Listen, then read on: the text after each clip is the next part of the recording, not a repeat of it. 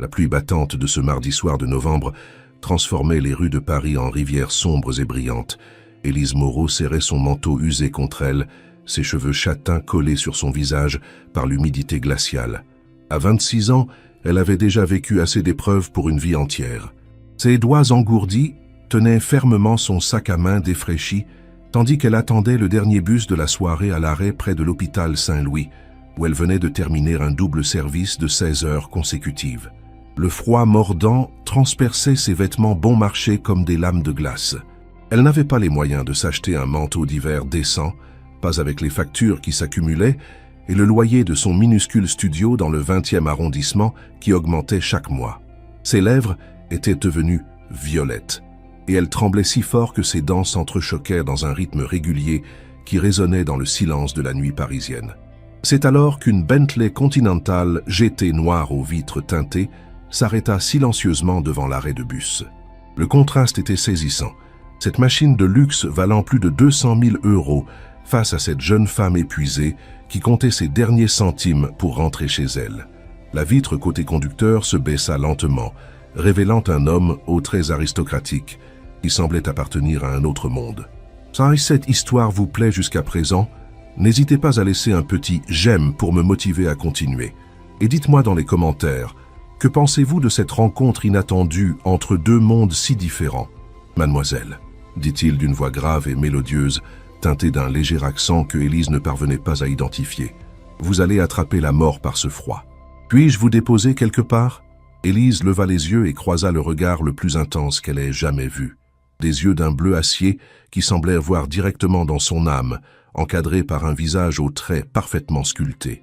L'homme devait avoir une trentaine d'années, peut-être 35, avec des cheveux noirs légèrement ondulés et une barbe de 3 jours qui lui donnait un air dangereusement séduisant. Il portait un costume sur mesure qui coûtait probablement plus que le salaire annuel d'Élise. « Non merci », balbutia-t-elle, ses dents claquant encore plus fort. « Mon bus ne devrait plus tarder. » L'homme tourna son regard vers le panneau d'affichage numérique de l'arrêt où clignotait un message en rouge. « Service interrompu, grève surprise, reprise demain 6h. » Élise suivit son regard et sentit son cœur se serrer. Comment allait-elle rentrer maintenant?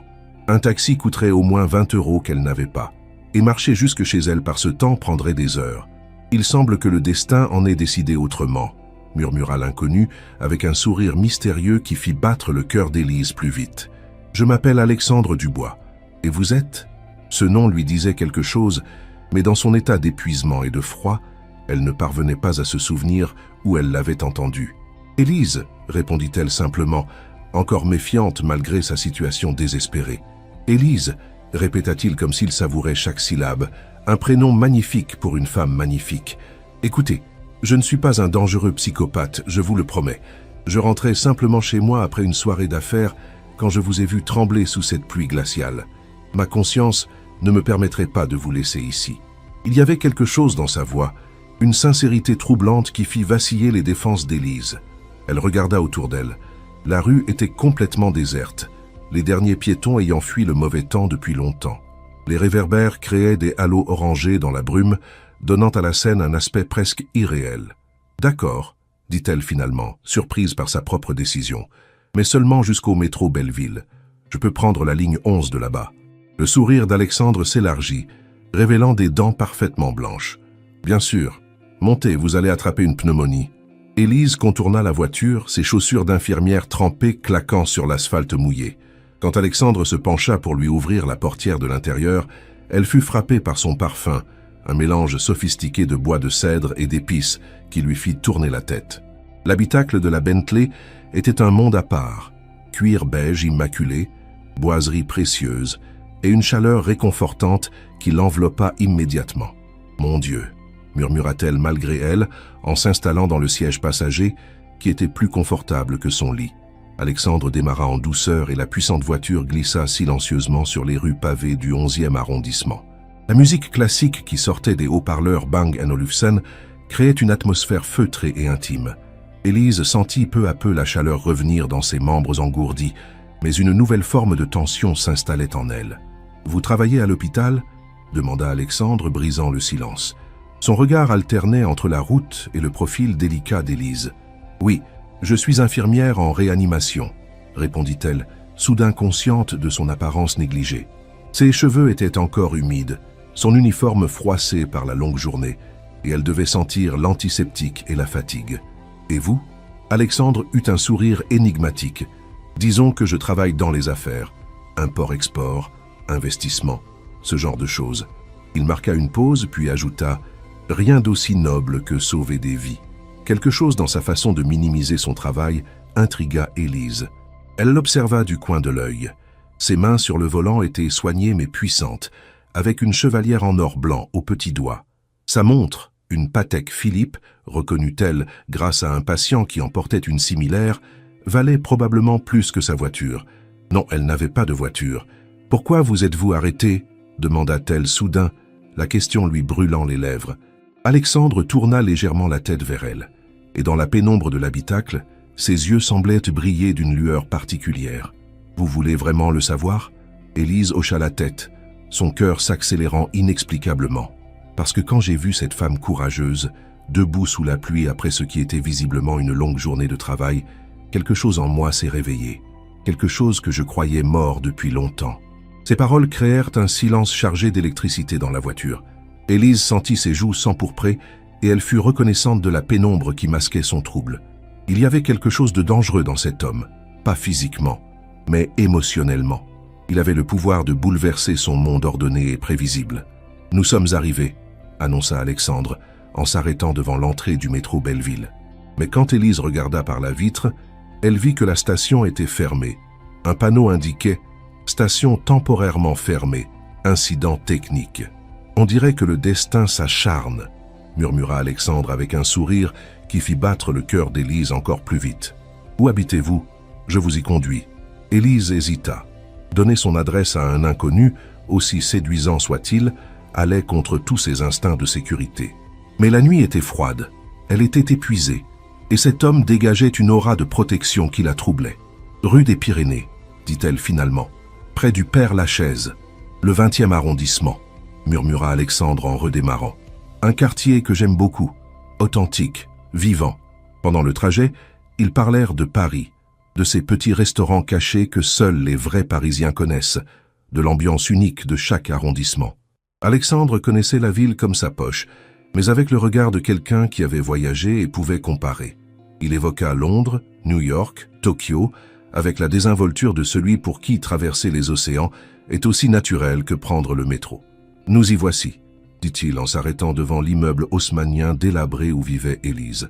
Le contraste entre la Bentley et les murs lépreux de la façade était saisissant.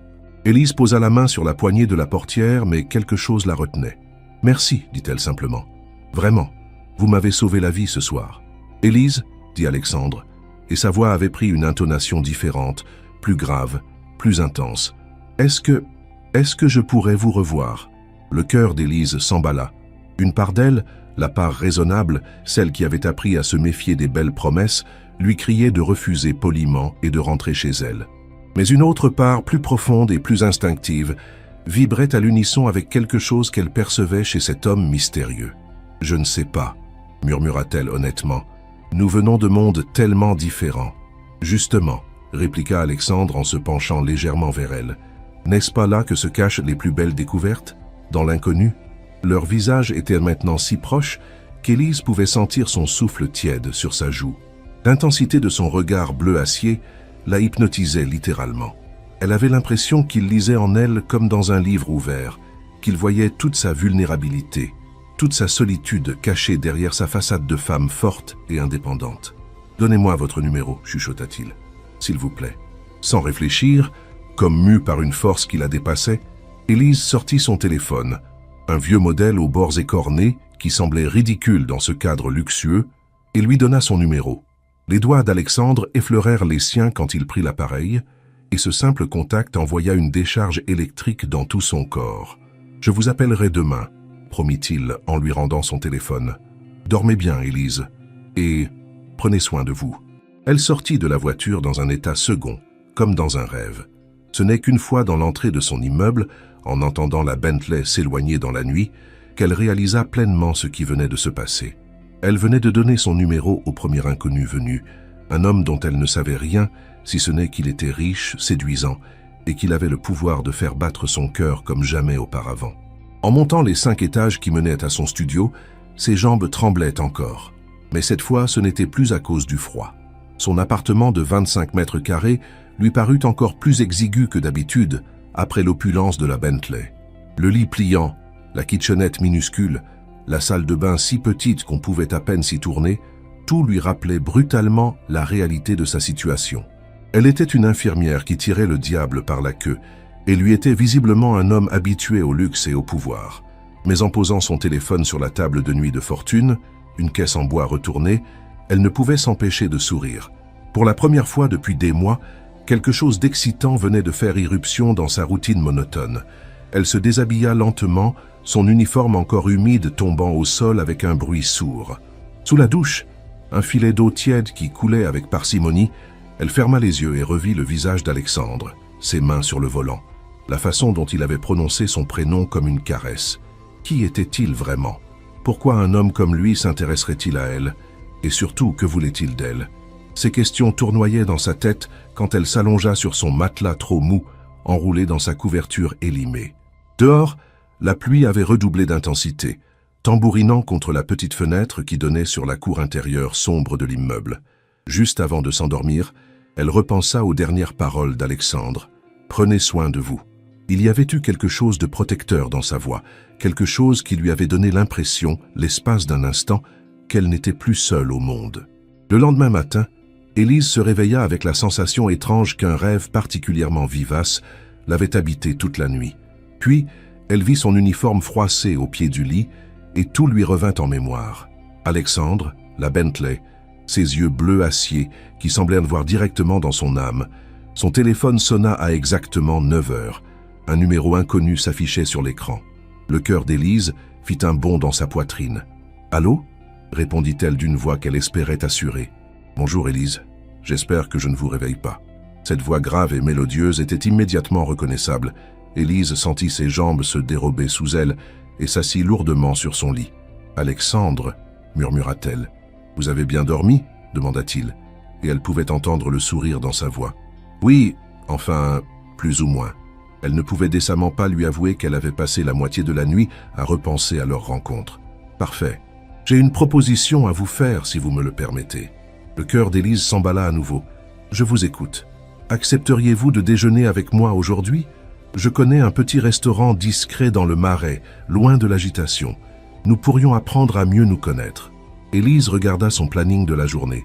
Elle avait pris un jour de congé, le premier depuis des mois, pour s'occuper de ses factures et faire le ménage dans son studio. Une perspective peu excitante comparée à ce qu'Alexandre lui proposait. « D'accord », entendit-elle sa propre voix répondre avant même que son cerveau ait eu le temps d'analyser la situation. « Merveilleux. Je passe vous chercher à midi ?»« Non », dit-elle précipitamment, imaginant la Bentley devant son immeuble délabré en plein jour, attirant les regards de tout le quartier. « Je préfère qu'on se retrouve directement au restaurant. » Il y eut un silence et Élise crut percevoir une note d'amusement dans la voix d'Alexandre quand il reprit « Comme vous voudrez. Rendez-vous au Las du Falafel, rue des Rosiers. Vous connaissez ?» Élise fronça les sourcils. Ce n'était pas exactement le genre d'établissement chic où elle s'attendait qu'un homme comme lui l'emmène. « Oui, je connais, mais c'est très simple comme endroit. C'est exactement ce que je recherche, » répliqua Alexandre. « À midi donc. » Et Élise ? « Oui, venez comme vous êtes. Vous êtes parfaite ainsi. » Il raccrocha avant qu'elle puisse répondre, la laissant avec son téléphone dans la main et un sourire béat sur les lèvres. Les 3 heures qui suivirent furent un véritable cauchemar d'indécision vestimentaire. Élise vida littéralement sa petite armoire, essayant tous ses vêtements dans toutes les combinaisons possibles. Son budget serré ne lui permettait pas d'avoir une garde-robe extensive, et la plupart de ses affaires étaient pratiques plutôt qu'élégantes.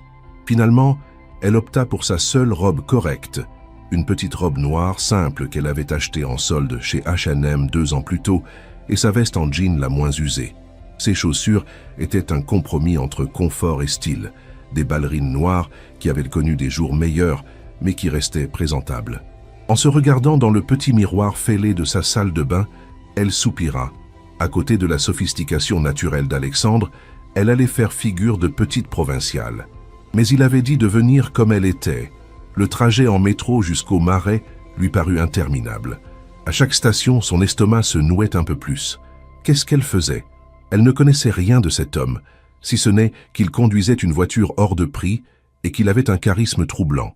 Et si c'était un de ces riches excentriques qui s'amusaient avec les femmes de condition modeste avant de les jeter comme des mouchoirs usagés? Mais quand elle arriva rue des Rosiers et qu'elle vit Alexandre l'attendre devant le restaurant, toutes ses peurs s'envolèrent. Il avait troqué son costume de la veille contre un jean sombre et un pull en cachemire gris qui moulait parfaitement sa silhouette athlétique. Il était tout aussi séduisant en tenue décontractée, peut-être même plus accessible. « Élise !» dit-il en s'approchant d'elle avec ce sourire qui lui faisait perdre tous ses moyens. « Vous êtes ravissante. » Il se pencha pour lui faire la bise et elle respira à nouveau son parfum envoûtant.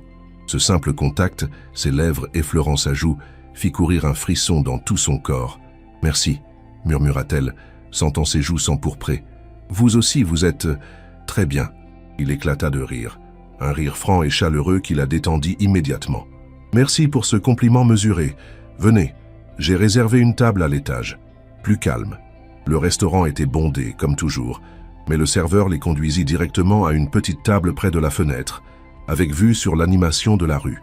Élise remarqua les regards respectueux que le personnel portait à Alexandre, la façon dont il semblait connaître ses préférences sans qu'il ait besoin de les exprimer. « Vous venez souvent ici ?» demanda-t-elle en s'asseyant. « De temps en temps. J'aime les endroits authentiques, les lieux qui ont une âme. » Il la regarda intensément par-dessus la table. « Et j'aime les gens authentiques aussi. » Élise baissa les yeux, troublée par l'intensité de son regard. « Vous ne savez rien de moi. Détrompez-vous. Je sais que vous êtes infirmière en réanimation, l'un des métiers les plus difficiles qui soient. Je sais que vous avez travaillé 16 heures d'affilée hier et que vous attendiez le bus sous une pluie glaciale plutôt que de prendre un taxi. Cela me dit énormément sur votre caractère. » Le serveur vint prendre leur commande et Alexandre commanda en hébreu, ce qui surprit Élise. Il semblait parfaitement à l'aise dans cette langue, plaisantant même avec le serveur qui riait de bon cœur. « Vous parlez hébreu ?» demanda-t-elle quand ils furent à nouveau seuls. « Entre autres. Les affaires m'ont amené à voyager beaucoup, à apprendre plusieurs langues. » Il marqua une pause. « Et vous? Vous avez toujours voulu être infirmière ?» Élise hésita. Son histoire personnelle n'était pas particulièrement glorieuse, et elle craignait que sa modeste origine ne rebute un homme habitué à évoluer dans les hautes sphères de la société. « Plus ou moins, » répondit-elle évasivement. « C'est un métier qui a du sens. On aide les gens, on sauve parfois des vies. Mais ce n'était pas votre rêve d'enfant, » insista Alexandre avec cette capacité troublante qu'il avait de lire en elle. Élise soupira. « Non, pas vraiment. J'aurais voulu être médecin, mais... » Elle haussa les épaules. Les circonstances en ont décidé autrement. Quelles circonstances? Il y avait une douceur dans sa voix qui invitait aux confidences. Malgré elle, Élise se retrouva à lui raconter son histoire. Ses parents morts dans un accident de voiture quand elle avait 18 ans, juste avant le bac. Sa sœur cadette à charge. Les études de médecine devenues impossibles faute de moyens. L'école d'infirmière choisie par dépit, mais finalement embrassée avec passion. Alexandre l'écoutait sans l'interrompre, ses yeux bleus fixés sur elle avec une attention qui la troublait. Quand elle eut fini, il tendit la main par-dessus la table et caressa doucement ses doigts. « Vous êtes encore plus remarquable que je ne le pensais », murmura-t-il. Le contact de sa peau contre la sienne envoya une décharge électrique dans tout le bras d'Élise. Elle avait envie de retirer sa main, mais en même temps, elle ne voulait pas que ce moment s'arrête. « Et votre sœur ?» demanda Alexandre. « Emma. Elle a 23 ans maintenant. Elle termine ses études d'architecture à Londres. » Le visage d'Élise s'illumina quand elle parla de sa sœur. « Elle est brillante. Beaucoup plus que moi. Elle va réussir. Grâce à vous, » souligna Alexandre. « Vous avez sacrifié vos propres rêves pour les siens. »« Ce n'est pas un sacrifice, » protesta Élise. « C'est ma sœur. Je ferai n'importe quoi pour elle. » Le sourire d'Alexandre s'élargit. « Vous voyez, vous êtes exactement la femme que je pensais. » Leurs plats arrivèrent, mais Élise avait l'impression qu'il n'était aucun prétexte. L'essentiel se jouait dans les regards qu'ils échangeaient, dans les silences chargés d'électricité entre leurs phrases, dans ces moments où leurs mains se frôlaient quand ils attrapèrent leur verre. « À mon tour, » dit Élise, en rassemblant son courage. « Parlez-moi de vous, vraiment, pas de ces réponses évasives sur l'import-export. Alexandre eut un sourire énigmatique. « Que voulez-vous savoir ? Tout. Votre famille, vos affaires.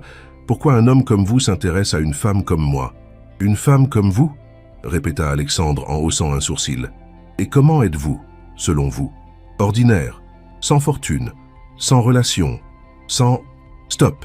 l'interrompit Alexandre d'une voix ferme. « Ne vous rabaissez jamais en ma présence, Élise. Vous êtes tout sauf ordinaire. » Il se pencha vers elle par-dessus la table et sa voix prit une intonation plus grave. « Voulez-vous savoir ce que je vois quand je vous regarde ? Je vois une femme qui se bat chaque jour pour subvenir à ses besoins et à ceux de sa sœur. Je vois quelqu'un qui fait un métier épuisant et mal payé parce qu'elle veut aider les autres. Je vois une force et une beauté qui n'ont rien à voir avec l'argent ou le statut social. » Élise sentit ses yeux se mouiller. Personne ne lui avait jamais dit des choses pareilles. Dans son monde, on ne prenait pas de gants pour rappeler à chacun sa place dans la hiérarchie sociale. « Merci », murmura-t-elle. « Pour ma part, » continua Alexandre en se rasseyant, « mon histoire est moins noble. J'ai hérité d'un empire industriel de mon père. Dubois Industrie, vous en avez peut-être entendu parler. » Élise écarquilla les yeux. Bien sûr qu'elle en avait entendu parler. Dubois Industrie était un des groupes industriels les plus puissants d'Europe, présent dans l'énergie, les télécommunications, l'immobilier. Alexandre n'était pas seulement riche, il était l'un des hommes les plus influents de France. Vous êtes Alexandre Dubois, le PDG de... Elle ne finit pas sa phrase, trop abasourdie. « Coupable », dit Alexandre avec une grimace. « Maintenant, vous comprenez pourquoi je préférais rester discret. Les femmes que je rencontre s'intéressent généralement plus à mon compte en banque qu'à ma personnalité. » Élise le regarda, essayant d'assimiler cette révélation. L'homme qui était assis en face d'elle était l'un des célibataires les plus convoités d'Europe. Sa fortune était estimée à plusieurs milliards d'euros. Il fréquentait les puissants de ce monde, était régulièrement photographié avec des mannequins et des actrices lors de galas caritatifs. « Oh, pourquoi moi ?» demanda-t-elle dans un souffle. Alexandre posa sa fourchette et la regarda droit dans les yeux. « Parce que hier soir, sous cette pluie, vous étiez la première personne authentique que je rencontrais depuis des mois. Vous ne saviez pas qui j'étais, vous ne vouliez rien de moi si ce n'est rentrer chez vous au sec. Vous étiez juste vous. » Il marqua une pause puis ajouta plus doucement « Et parce que quelque chose en vous a réveillé quelque chose en moi que je croyais mort depuis longtemps. » « Quoi donc ?» chuchota Élise, hypnotisée par l'intensité de son regard. « L'envie de protéger quelqu'un, l'envie de rendre quelqu'un heureux pour le simple plaisir de voir son sourire. » Il tendit à nouveau la main vers elle. « L'envie d'aimer, peut-être. » Ces derniers mots flottèrent entre eux comme une promesse et une menace à la fois. Élise sentit son monde basculer. Cet homme incroyablement puissant et séduisant, était en train de lui dire qu'il avait des sentiments pour elle. C'était impossible, irréel, et pourtant, « Je dois y aller, » dit-elle soudain, prise de panique. « J'ai des choses à faire. » Elle se leva précipitamment, renversant presque son verre. Alexandre la rattrapa par le poignet, doucement mais fermement. « Élise, qu'est-ce qui vous fait peur ?»« Tout !» explosa-t-elle à voix basse, pour ne pas attirer l'attention des autres clients. « Vous, moi, nous deux ensemble. Ce n'est pas possible, Alexandre. Nous appartenons à deux mondes différents. » Alexandre se leva à son tour, s'approchant d'elle avec cette grâce féline qui lui était propre. « Et si je n'en avais rien à faire de nos mondes différents ? Mais moi, j'en ai quelque chose à faire. » Les yeux d'Élise brillaient de larmes retenues. « Je ne suis pas naïve, Alexandre. Je sais comment ça se passe avec les hommes comme vous.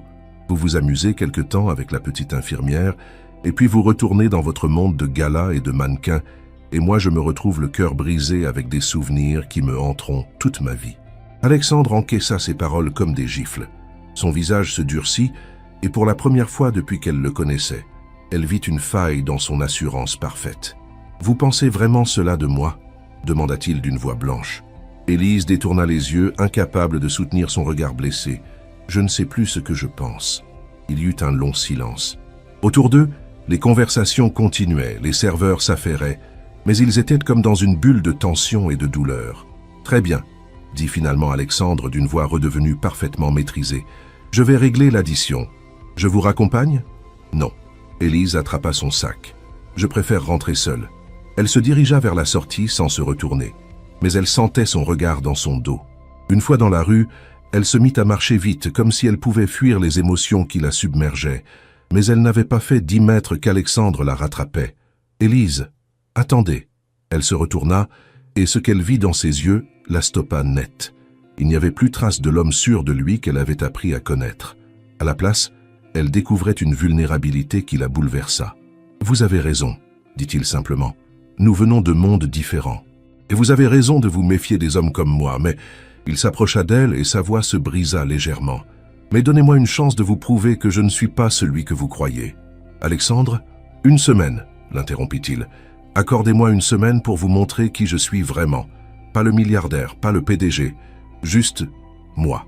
Et si au bout de cette semaine vous pensez toujours que nous n'avons aucun avenir ensemble, je disparaîtrai de votre vie. Vous avez ma parole. » Élise le regarda longuement. Dans ses yeux bleus, elle lisait une sincérité qui la troublait profondément. Cet homme habitué à tout obtenir était en train de la supplier, littéralement.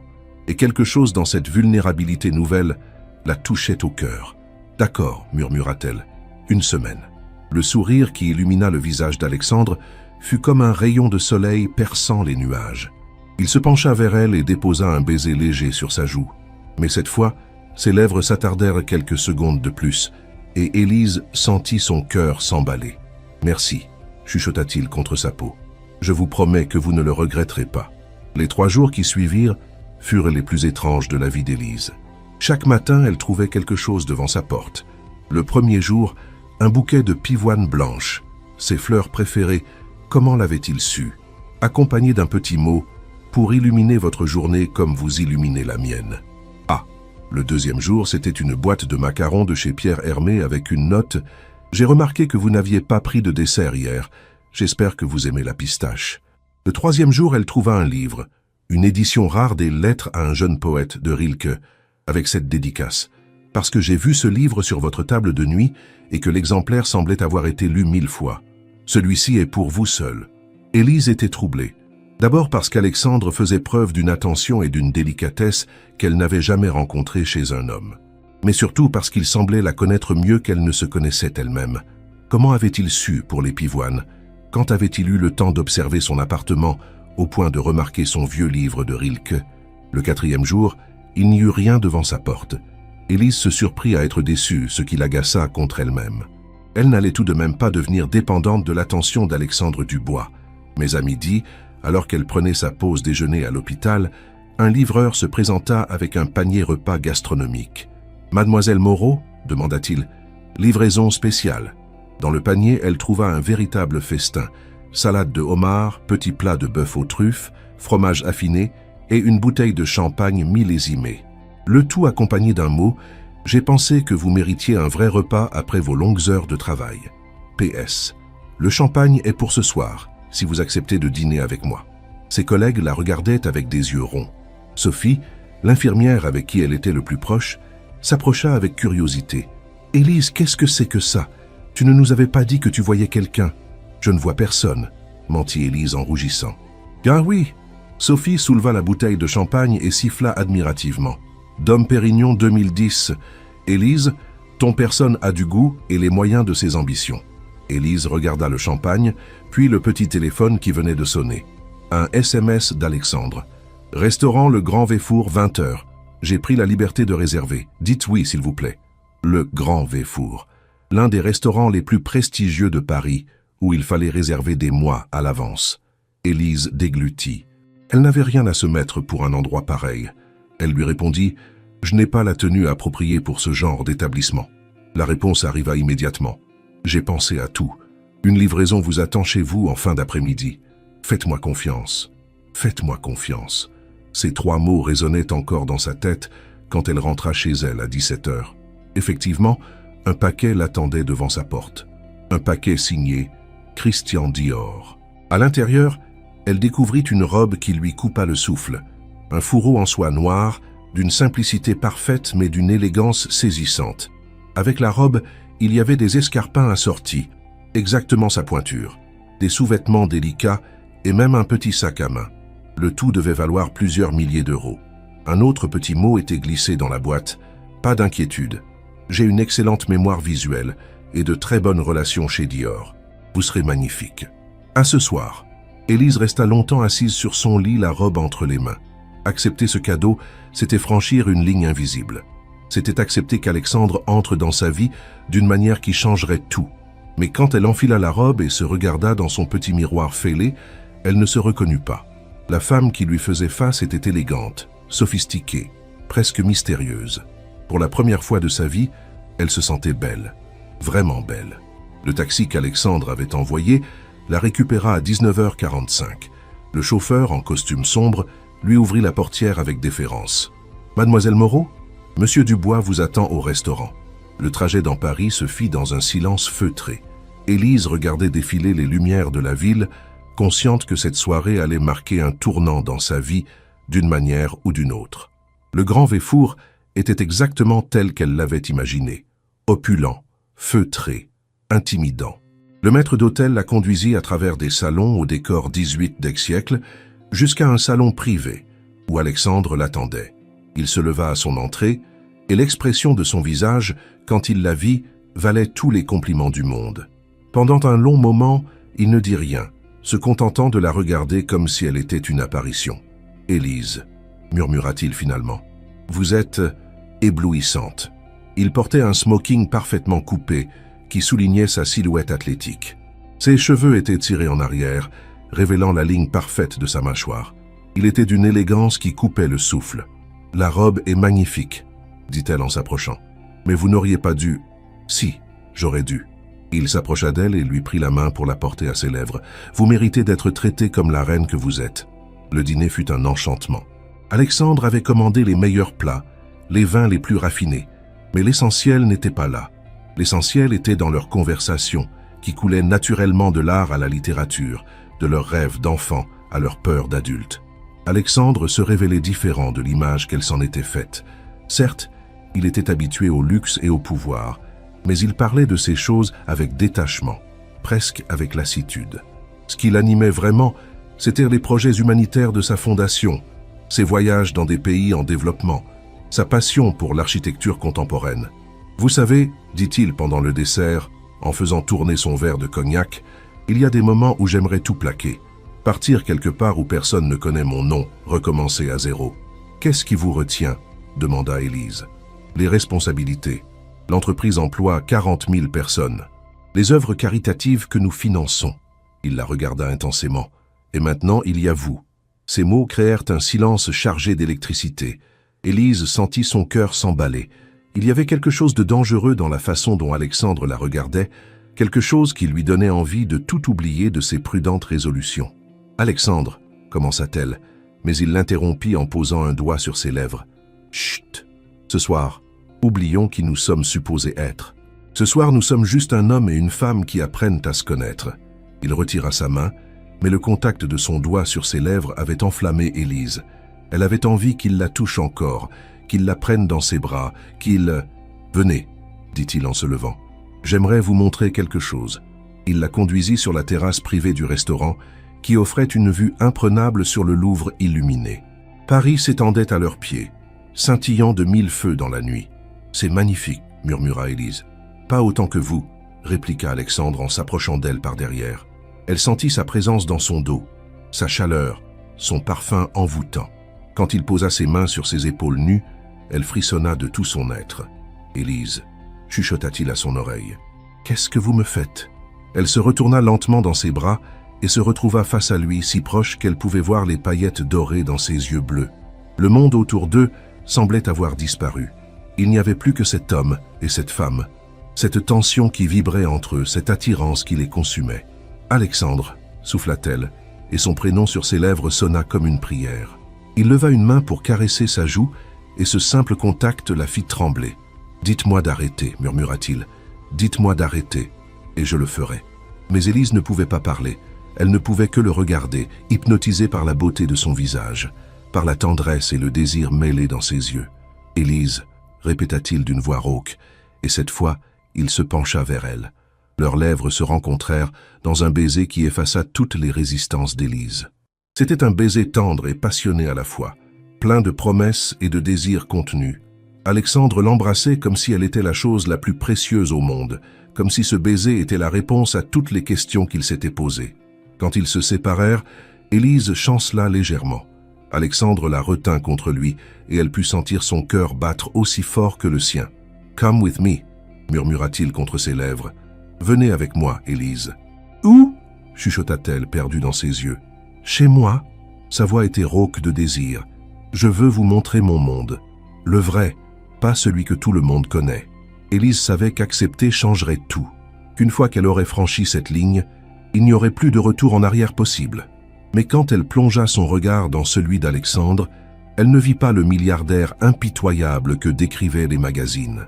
Elle vit un homme vulnérable qui lui ouvrait son cœur. « D'accord », souffla-t-elle. Le sourire qui illumina le visage d'Alexandre fut comme un cadeau.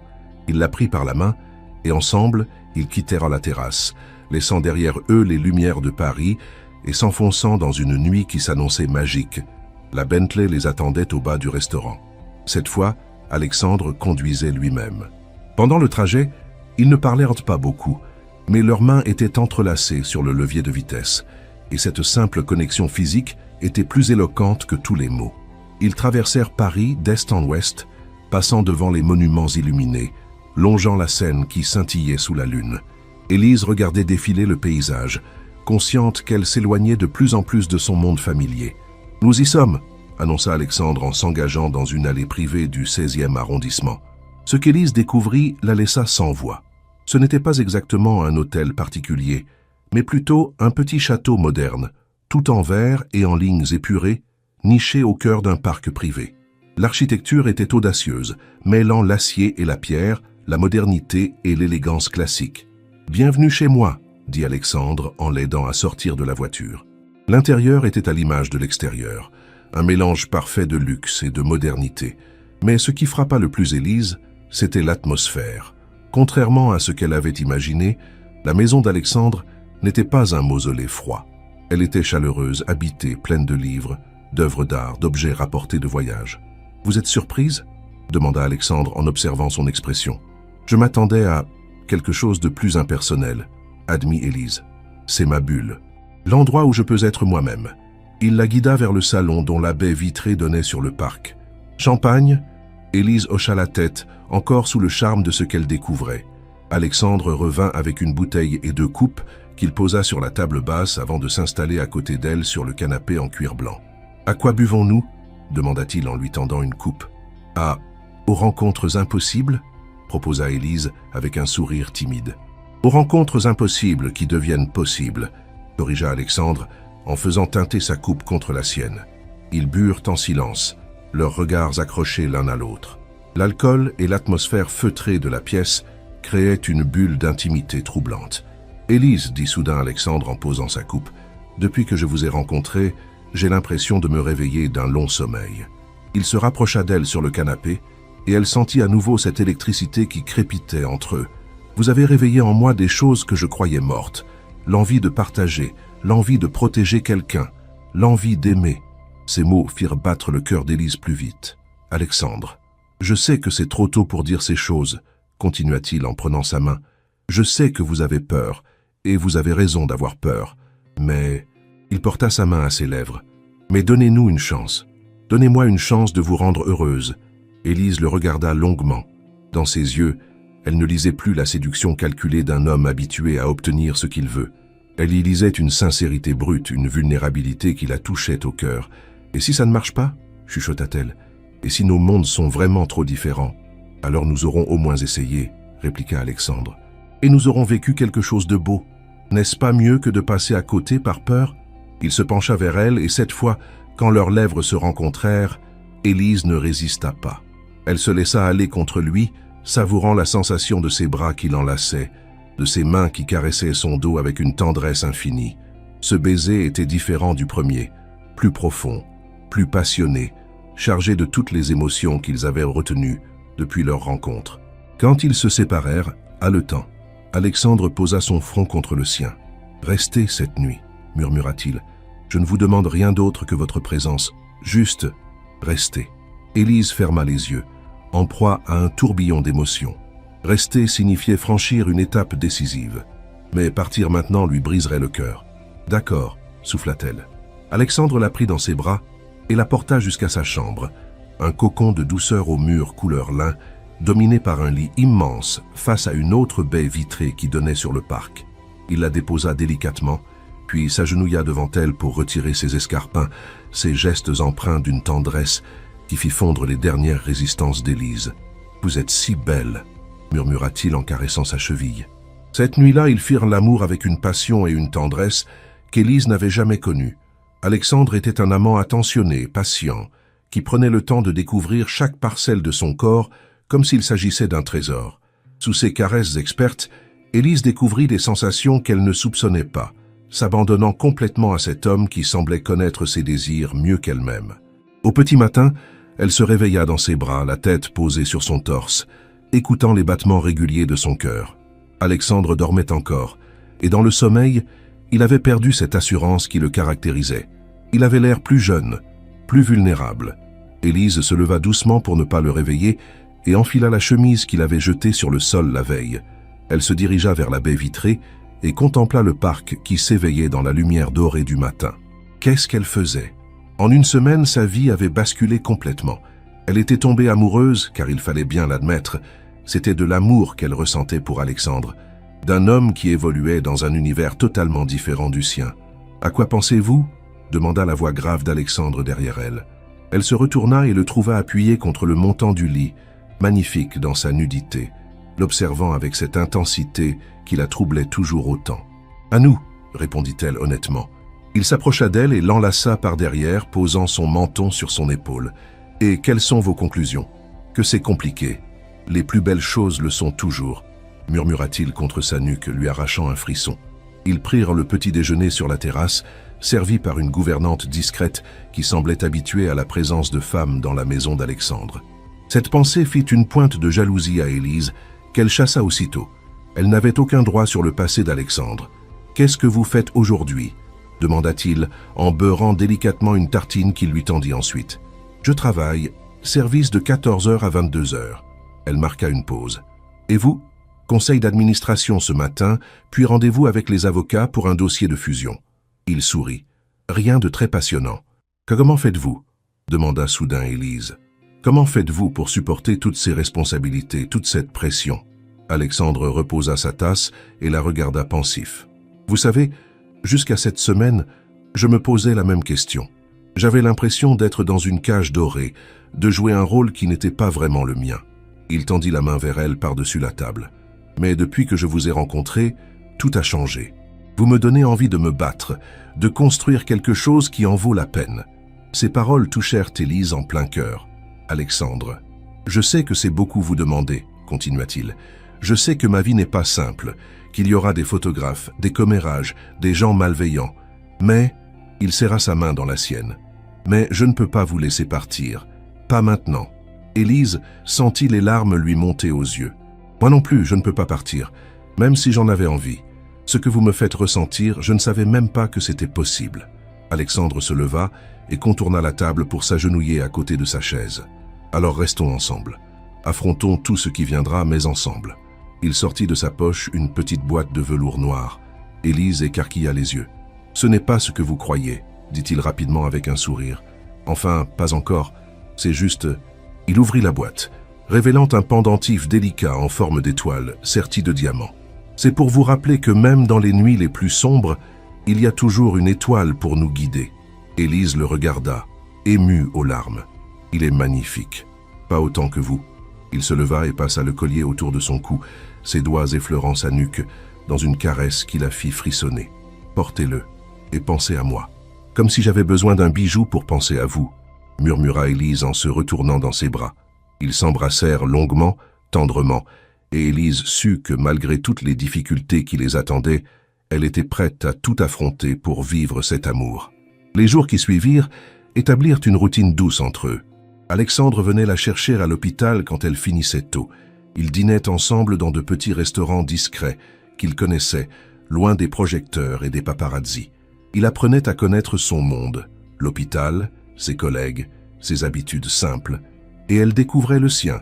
Pas seulement le luxe et le pouvoir, mais aussi la générosité, les projets humanitaires, la passion qu'il mettait dans son travail malgré ses airs blasés.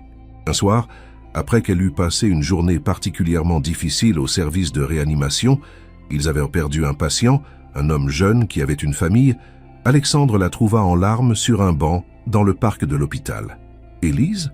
Il s'assit à côté d'elle et la prit dans ses bras. « Qu'est-ce qui s'est passé ?»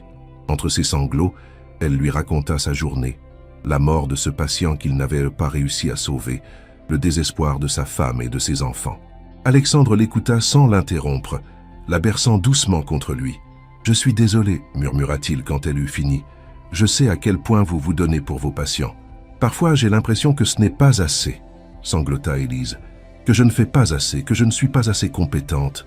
Stop, dit Alexandre fermement en la forçant à le regarder. Ne dites jamais ça. Vous sauvez des vies tous les jours, vous apportez de l'espoir et de la guérison. Vous êtes un ange, Élise. Il essuya ses larmes avec ses pouces et dans ses yeux, elle lut une admiration sincère qui lui réchauffa le cœur. Venez, dit-il en se levant. J'ai quelque chose à vous montrer. Il l'emmena dans sa voiture et ils roulèrent en silence vers une destination qu'ils gardaient secrète. Quand ils s'arrêtèrent, Élise découvrit qu'ils étaient devant un bâtiment moderne en construction dans le 13e arrondissement. « Qu'est-ce que c'est » demanda-t-elle. « Le futur hôpital pédiatrique Sainte-Anne » répondit Alexandre. « Un projet de la Fondation Dubois. 200 lits, les équipements les plus modernes, entièrement gratuits pour les familles. » Élise regarda le bâtiment avec stupéfaction. « Entièrement gratuit? Mais ça doit coûter une fortune ?»« 50 millions d'euros, confirma Alexandre. « Mais voyez-vous, j'ai découvert récemment qu'il y a des choses plus importantes que l'argent. » Il se tourna vers elle. « J'aimerais vous proposer quelque chose. »« Quoi donc ?»« D'être la directrice du service de soins intensifs pédiatriques. Le poste est à vous si vous l'acceptez. Salaire 3 fois supérieur à ce que vous gagnez actuellement, équipe de 20 infirmières sous vos ordres, budget illimité pour les soins. » Élise le dévisagea abasourdie. « Alexandre, c'est trop. Je ne peux pas accepter ça. Pourquoi ? Vous êtes la personne la plus compétente et la plus dévouée que je connaisse. 16 enfants ont besoin de quelqu'un comme vous. Parce que, Élise chercha ses mots, parce que les gens diront que je couche avec le patron pour avoir ce poste. » Le visage d'Alexandre se durcit. « Les gens disent beaucoup de choses. Ça vous a déjà empêché de dormir ? » ?»« Non, mais... Élise, il la prit par les épaules. Quand j'ai décidé de financer cet hôpital, c'était il y a 2 ans, bien avant de vous connaître. Le poste de directrice était déjà prévu. Je cherchais juste la bonne personne. » Il marqua une pause. « Le fait que cette personne soit la femme dont je suis tombé amoureux n'est qu'un heureux hasard. » Ces mots firent battre le cœur d'Élise plus vite. C'était la première fois qu'Alexandre parlait d'amour aussi clairement. « Vous êtes tombé amoureux ?» chuchota-t-elle. Alexandre sourit, et dans ce sourire, elle vit toute la tendresse du monde. Éperdument, désespérément, complètement amoureux, au point de ne plus pouvoir imaginer ma vie sans vous. Élise sentit les larmes lui monter aux yeux à nouveau, mais cette fois c'étaient des larmes de bonheur. « Moi aussi, » murmura-t-elle. « Je vous aime, Alexandre. » Ils s'embrassèrent devant le futur hôpital, dans la lumière dorée du couchant, et Élise sut qu'elle venait de franchir le point de non-retour. Elle était désormais irrémédiablement liée à cet homme extraordinaire. « Alors ?» demanda Alexandre quand ils se séparèrent. « Vous acceptez le poste ?» Élise regarda à nouveau le bâtiment, imaginant tous les enfants qui y seraient soignés, toutes les vies qui pourraient être sauvées. « D'accord, mais à une condition. Laquelle ? Je veux que vous me laissiez participer à la création de l'équipe, choisir mes infirmières, former le personnel. Je veux que cet hôpital soit parfait. » Alexandre éclata de rire et la fit tournoyer dans ses bras. Marché conclu. Les semaines qui suivirent furent un tourbillon d'activité et de bonheur. Élise donna sa démission à l'hôpital Saint-Louis, non sans émotion. Ses collègues étaient partagés entre la joie pour elle et l'inquiétude de la voir partir dans un monde qu'elle jugeait dangereux. « Fais attention à toi, lui dit Sophie le jour de son pot de départ. Les hommes comme lui, ils sont habitués à prendre ce qu'ils veulent et à jeter quand ils en ont marre. »« Alexandre n'est pas comme ça, protesta Élise. J'espère que tu as raison, mais promets-moi une chose, ne t'oublie pas dans tout ça. Reste toi-même. » Ces paroles résonnèrent longtemps dans l'esprit d'Élise. Rester elle-même, c'était plus difficile qu'il n'y paraissait quand on évoluait dans le monde d'Alexandre, car peu à peu, elle découvrait les contraintes de sa nouvelle vie. Il y avait d'abord eu les photographes. Un matin, en sortant de chez Alexandre, elle s'était retrouvée face à une meute de paparazzi qui mitraillaient sa sortie. Les photos avaient fait la une de plusieurs magazines People dès le lendemain. Alexandre Dubois et sa mystérieuse conquête, le milliardaire et l'infirmière, amour ou caprice? Alexandre était furieux et avait engagé une équipe de sécurité pour la protéger, mais Élise se sentait prisonnière. Elle ne pouvait plus sortir librement, faire ses courses tranquillement, voir ses amis sans être suivie. Il y avait ensuite les événements mondains auxquels Alexandre devait assister et où il souhaitait qu'elle l'accompagne. Le premier gala de charité fut un cauchemar. Élise se sentait déplacée au milieu de toutes ces femmes sophistiquées en robes de grands couturiers, avec leurs bijoux somptueux et leurs conversations sur des sujets qu'elle ne maîtrisait pas. « Alors, vous êtes la nouvelle protégée d'Alexandre ?» lui avait lancé une certaine Mathilde de Beaumont, héritière d'une grande famille industrielle et visiblement ancienne conquête d'Alexandre. C'est original comme choix. Le ton doucereux ne masquait pas la méchanceté du propos. Élise avait encaissé avec le sourire, mais intérieurement, elle s'était sentie humiliée. Alexandre, qui avait assisté à la scène, était intervenu avec une froideur glaciale. « Mathilde, je croyais vous avoir fait comprendre que votre présence n'était plus souhaitée dans mon entourage. » La femme avait pâli et s'était éloignée, mais le mal était fait. Élise avait passé le reste de la soirée avec l'impression que tous les regards la jugeaient, que tous les murmures parlaient d'elle. « Ça ira mieux la prochaine fois », avait tenté de la rassurer Alexandre dans la voiture du retour. « Il y aura une prochaine fois ?» avait demandé Élise d'une petite voix. Élise, Alexandre avait arrêté la voiture sur le côté de la route et l'avait prise dans ses bras. « Je sais que ce n'est pas facile. Je sais que mon monde peut être cruel et superficiel, mais vous n'êtes pas obligé de vous plier à leur code. Restez vous-même, c'est votre force. Mais si je reste moi-même, je ne serai jamais accepté dans votre monde. Ça alors nous créerons notre propre monde, » avait répliqué Alexandre avec cette détermination qui le caractérisait. Un monde où ce qui compte, c'est l'amour qu'on se porte. Malgré ses difficultés, leur amour grandissait chaque jour. Alexandre était un compagnon attentionné, tendre, passionné. Il la couvrait de cadeaux, pas seulement des bijoux ou des robes, mais des attentions touchantes, un livre qu'il pensait lui plaire, des fleurs cueillies dans son parc, un dîner aux chandelles improvisé quand elle rentrait fatiguée du travail. Car parallèlement, Élise se consacrait corps et âme à la préparation de l'ouverture de l'hôpital pédiatrique. Elle passait ses journées sur le chantier, travaillant avec les architectes et les ingénieurs pour optimiser chaque détail. Elle recrutait son équipe avec un soin minutieux, privilégiant la compétence et l'humanité sur les diplômes. « Vous êtes sûr de votre choix ?» demandait parfois Alexandre en regardant les CV qu'elle lui soumettait. « Cette infirmière vient d'un hôpital public de banlieue. Justement, elle a l'expérience du terrain, elle sait ce que c'est que de manquer de moyens et de faire des miracles quand même. C'est exactement le profil qu'il nous faut. » Alexandre apprenait à lui faire confiance et peu à peu il découvrait que sa vision humaniste du soin était bien plus riche que sa conception technocratique. Un soir, alors qu'il dînait chez lui, Alexandre semblait préoccupé. Il jouait avec sa nourriture, perdu dans ses pensées. « Qu'est-ce qui vous tracasse ?» demanda Élise. « Ma mère veut vous rencontrer », lâcha-t-il comme s'il annonçait une catastrophe. Élise sentit son estomac se nouer. « Votre mère, Isabelle Dubois. 65 ans, veuve depuis 10 ans, présidente d'honneur de la Fondation, une femme, disons, de caractère. Elle sait qui je suis, elle sait tout. » Alexandre soupira. « Ma mère a ses sources partout. Elle connaît vos origines, votre parcours, vos opinions politiques, probablement même votre pointure de chaussures. Et qu'est-ce qu'elle en pense ?» Alexandre évita son regard. « Elle pense que vous n'êtes pas de notre milieu. » Ces mots firent l'effet d'une gifle à Élise. « Je vois. » « Non, vous ne voyez pas. » Alexandre se leva et contourna la table pour s'agenouiller devant elle. « Ce que pense ma mère m'importe peu. Ce qui m'importe, c'est vous. C'est nous. Mais elle reste votre mère. Et elle a de l'influence sur vous, sur vos affaires. Élise, regardez-moi. » Il prit son visage entre ses mains. « Je me fiche de ce que pense ma mère. Je me fiche de ce que pense le monde entier. Je vous aime. Et c'est tout ce qui compte. Alors pourquoi vous semblez-vous si inquiet ?» Alexandre soupira à nouveau. « Parce que ma mère peut être difficile, manipulatrice. Elle va tout faire pour vous déstabiliser, pour vous faire sentir que vous n'êtes pas à votre place. Et j'ai peur que je craque, » termina Élise. « Que je m'enfuis en courant ?» Oui, Élise le regarda longuement. Dans ses yeux, elle lisait toutes ses peurs, toute sa vulnérabilité.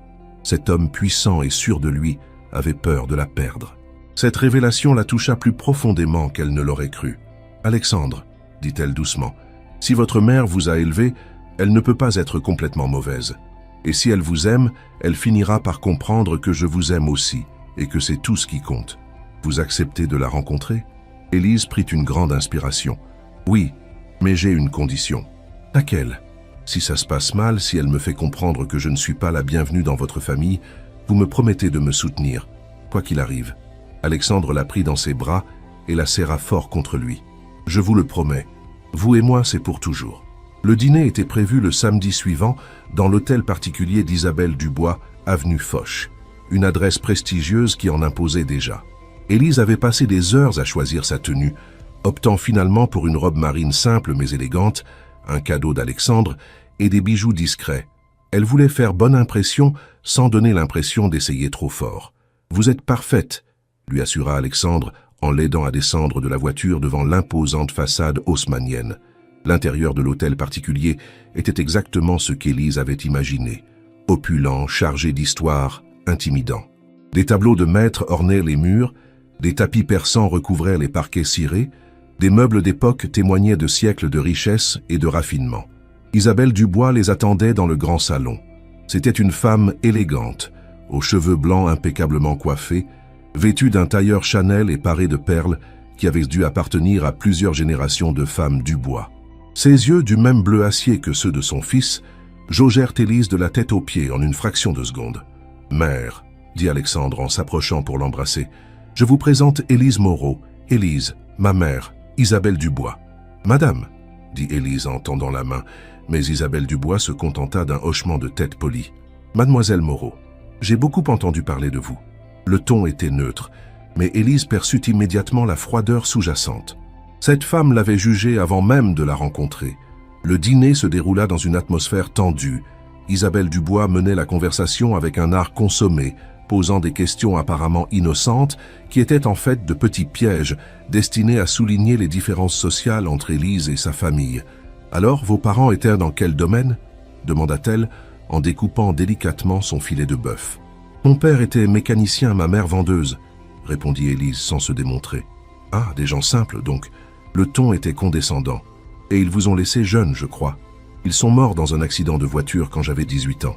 Comme c'est triste. » Mais il n'y avait aucune compassion dans la voix d'Isabelle. « Et vous avez dû élever votre sœur seule. Quelle responsabilité pour une si jeune fille. » Élise sentait Alexandre se tendre à côté d'elle, mais elle lui fit un petit signe pour qu'il ne s'interpose pas. Elle était capable de se défendre seule. En effet, mais ça m'a appris la valeur des choses et l'importance de la famille.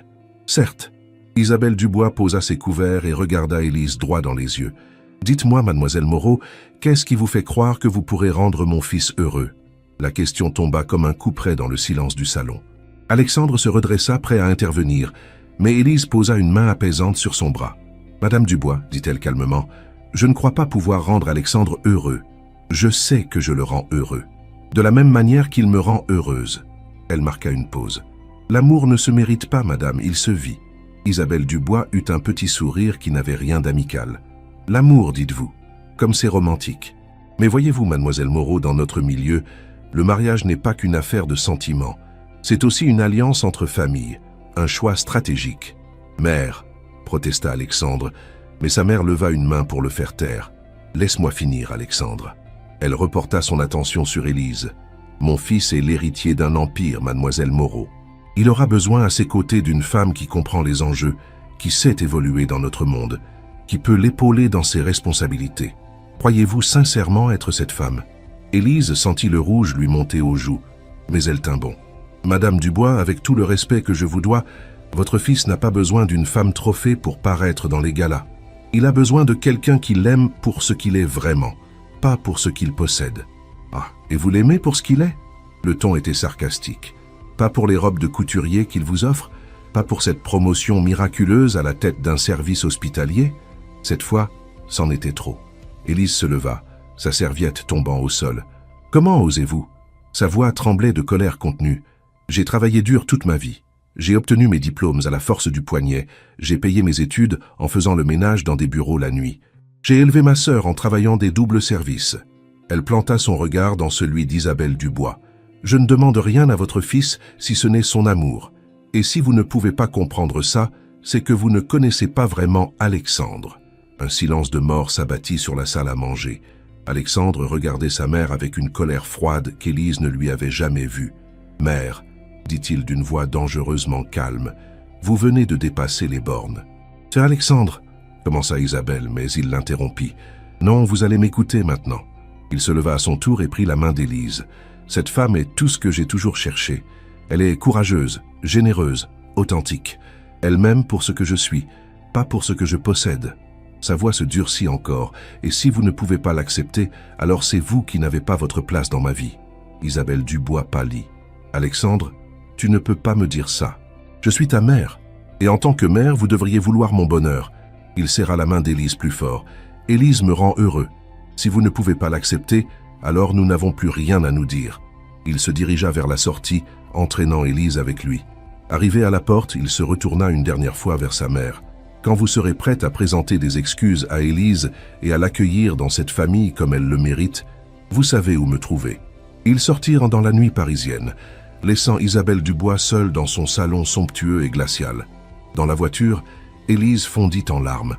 Toutes les émotions qu'elle avait retenues pendant le dîner explosaient d'un coup. « Je suis désolée, » sanglotait-elle. « Je suis désolée d'avoir gâché votre relation avec votre mère. » Alexandre arrêta la voiture et la prit dans ses bras. « Vous n'avez rien gâché du tout. Ma mère a montré son vrai visage ce soir et franchement, je ne suis pas fier d'elle. Mais c'est votre mère, et vous êtes la femme que j'aime. » Il releva son visage vers lui. « Élise, ce que j'ai dit là-bas, je le pensais. Si ma mère ne peut pas vous accepter, alors elle n'a pas sa place dans notre vie. »« Notre vie ?» répéta Élise à travers ses larmes. Alexandre sourit, et dans ce sourire, elle vit tout l'amour du monde. « Oui, notre vie. Parce que j'ai une question importante à vous poser. » Il sortit une petite boîte de velours de sa poche, différente de celle qui contenait le collier, plus grande, plus officielle. Élise sentit son cœur s'arrêter. « Élise Moreau, » dit-il en ouvrant la boîte pour révéler un diamant solitaire d'une beauté à couper le souffle. « Voulez-vous m'épouser » Élise le regarda, abasourdie. « Alexandre, je sais que c'est précipité. Je sais que nous ne nous connaissons que depuis quelques semaines. Mais je sais aussi que vous êtes la femme de ma vie, celle avec qui je veux vieillir, celle avec qui je veux construire quelque chose de beau. » Il prit sa main gauche. « Alors, voulez-vous devenir Madame Dubois ?» Élise le regarda longuement.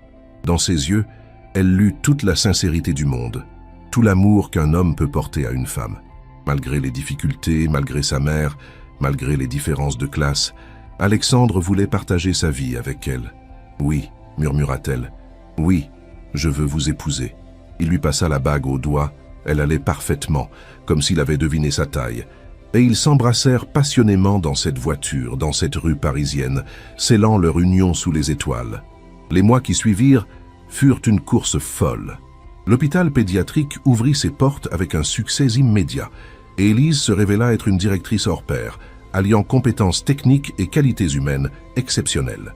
Les médias, d'abord sceptiques, furent conquis par son professionnalisme et sa dévotion. Parallèlement, ils préparaient leur mariage. Alexandre avait voulu quelque chose de grandiose, mais Élise avait insisté pour une cérémonie plus intime. Ils trouvèrent un compromis, une cérémonie religieuse dans la petite église de Sainte-Chapelle, suivie d'une réception dans le château de famille des Dubois en Normandie. Isabelle Dubois avait fini par présenter ses excuses. Des excuses du bout des lèvres, certes, mais des excuses quand même. Elle n'était pas devenue la belle-mère idéale, mais elle avait accepté la situation, surtout après avoir vu l'impact positif d'Élise sur Alexandre et le succès de l'hôpital. La veille du mariage, Élise se trouvait dans sa suite du château, entourée de sa sœur Emma venue spécialement de Londres, et de Sophie, sa témoin. Elle l'aidait à se préparer pour le plus beau jour de sa vie. « Je n'arrive pas à croire que tu vas épouser Alexandre Dubois, » dit Emma en brossant les longs cheveux châtains de sa sœur. « Il y a un an, tu tirais le diable par la queue, et maintenant, je vais épouser l'homme que j'aime. » termina Élise avec un sourire radieux. « Il te rend vraiment heureuse ?» demanda Sophie avec cette sollicitude d'une vieille amie. « Plus heureuse que je n'aurais jamais osé l'espérer. » Un coup frappé à la porte interrompit leurs préparatifs. Emma alla ouvrir et revint avec un petit paquet. « C'est pour toi, dit-elle en tendant le paquet à Élise, de la part d'Alexandre. » Élise ouvrit le paquet avec précaution. À l'intérieur, elle trouva un bracelet ancien en or blanc serti de saphir, accompagné d'un petit mot de l'écriture familière d'Alexandre. « Ce bracelet appartenait à mon arrière-grand-mère. Elle l'a porté le jour de son mariage avec mon arrière-grand-père, et ils ont vécu 60 ans d'amour. Puisse-t-il nous porter bonheur? À demain, mon amour. Ah, Élise sentit les larmes lui monter aux yeux. Il est magnifique et chargé d'histoire, ajouta Emma en l'aidant à l'attacher. Tu vas être la première femme depuis des générations à le porter dans cette famille. Le lendemain matin, le soleil brillait sur la Normandie. Le château des Dubois était en effervescence. Traiteurs, fleuristes, musiciens s'affairaient pour que tout soit parfait. Élise se regarda une dernière fois dans le grand miroir de sa suite.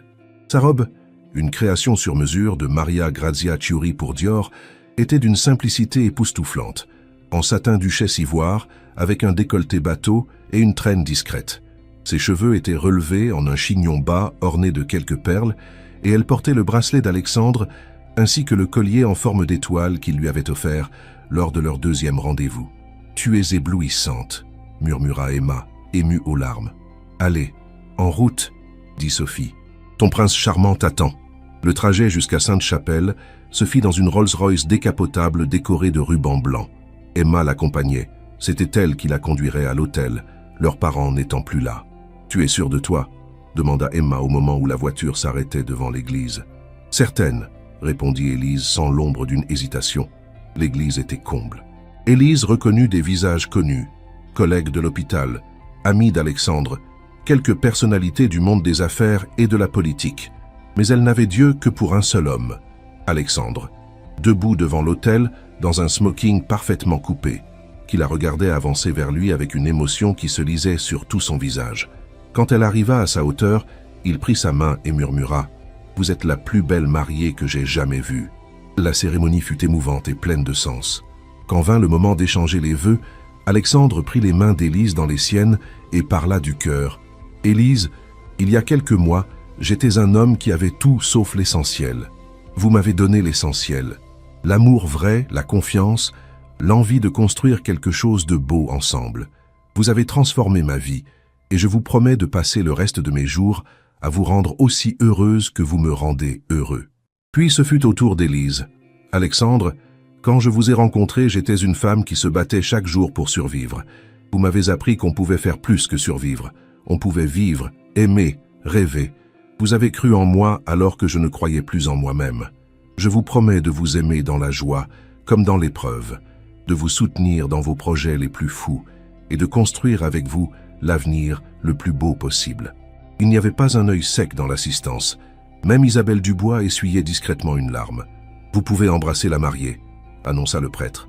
Alexandre souleva délicatement le voile d'Élise et l'embrassa tendrement, longuement, sous les applaudissements de l'assemblée et le son joyeux des cloches. À la sortie de l'église, ils furent accueillis par une pluie de pétales de roses et les flashs des photographes. Mais Élise ne voyait que Alexandre, son mari, l'homme avec qui elle allait partager le reste de sa vie. La réception au château fut magique. Sous un chapiteau dressé dans le parc, les invités dégustèrent un menu gastronomique préparé par un chef étoilé, dansèrent sur les airs joués par un orchestre de jazz et célébrèrent l'amour triomphant.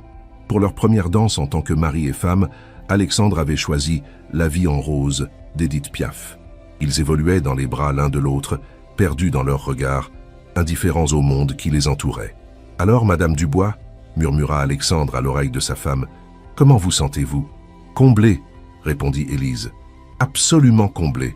Ce n'est que le début, » promit Alexandre. « Je vais passer ma vie à vous rendre heureuse. » À minuit, ils s'éclipsèrent discrètement de leur propre réception pour se retrouver seuls sur la terrasse du château, face au parc baigné de lune. « Vous souvenez-vous de cette nuit sous la pluie » demanda Alexandre, en serrant Élise contre lui. « Comment pourrais-je l'oublier » répondit-elle en souriant. « C'est là que tout a commencé, quand vous m'avez dit « Come with me ». J'ai su dès ce moment-là que vous alliez changer ma vie. » Alexandre caressa tendrement sa joue. « Vous étiez si belle sous cette pluie, si courageuse, si authentique, et vous étiez si mystérieux, si séduisant. » Élise se blottit contre lui. J'ai eu peur, mais quelque chose en moi savait déjà que je ne pourrais plus vivre sans vous. Ils regardèrent les étoiles en silence, savourant ce moment de bonheur parfait. Puis Alexandre se tourna vers elle, ses yeux brillants d'une émotion particulière. « Élise, j'ai une dernière surprise pour vous. »« Alexandre, vous m'avez déjà donné tellement... Celle-ci est différente. Il sortit une enveloppe de sa poche intérieure. « Ouvrez ». Élise prit l'enveloppe avec curiosité. À l'intérieur, elle découvrit des documents officiels qui la laissèrent sans voix. « Alexandre, qu'est-ce que c'est ?»« Les papiers d'adoption d'un orphelinat au Cambodge. Nous allons financer la construction d'un nouveau bâtiment, équiper une infirmerie moderne et assurer l'éducation de 50 enfants supplémentaires. » Il la regarda intensément. « J'ai pensé que ce serait notre premier projet en tant que couple marié. Sauver des vies ensemble, vous et moi. » Élise sentit les larmes couler sur ses joues. « Alexandre, c'est le plus beau cadeau que vous puissiez me faire. »« Tiens, alors vous acceptez? Nous partons au Cambodge le mois prochain pour superviser les travaux. »« Oui !» Élise se jeta dans ses bras. « Oui, 1000 fois oui !» Ils s'embrassèrent passionnément sous les étoiles, scellant ainsi non seulement leur amour, mais aussi leur engagement commun pour un monde meilleur. 2 ans plus tard, le soleil se couchait sur l'hôpital pédiatrique Sainte-Anne. Dans son bureau, Élise terminait sa journée en consultant les derniers rapports.